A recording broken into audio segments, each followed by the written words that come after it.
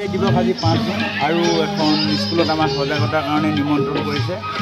লিডু এখন ভিতৰুৱা স্কুল আৰু তাতে আমি আহিছোঁ আজি সজাগতা কৰিবৰ কাৰণে এই গছপুলিকেইটা আমি কুইজ কম্পিটিশ্যন পাতিছোঁ তাতে আমি গীত কৰিম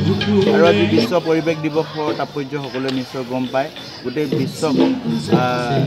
সুস্থিৰভাৱে ৰাখিবলৈ সমাজক সজাগতা কৰাটোৱে হৈছে বিশ্ব পৰিৱেশ দিৱসৰ মূল উদ্দেশ্য আছিলে সহজ সৰল অৰ্থত তো গতিকে আপোনালোকে সকলোৱে যাতে সমাজত সুস্থিৰভাৱে ৰাখিবলৈ সকলোৱে যাতে প্ৰকৃতি সংৰক্ষণৰ হকে কাম কৰে ধন্যবাদ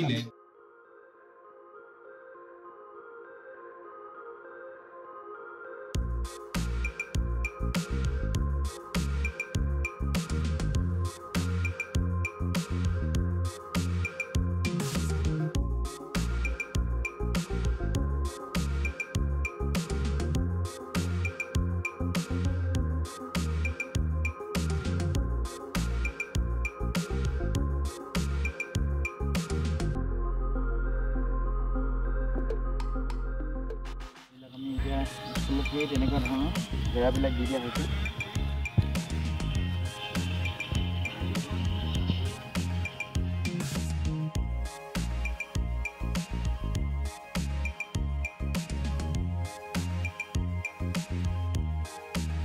এজোপা কঁঠাল ৰোপণ কৰিলোঁ একেলগতে আছিলে আৰু এজোপা জলফাই এজোপা ৰোপণ কৰিছোঁ একেলগত যিহেতুকে লাগ খাই আছিলে পুলিকেইটা আৰু খুব ভাল লাগিলে আজি বিশ্ব পৰিৱেশ দিৱসৰ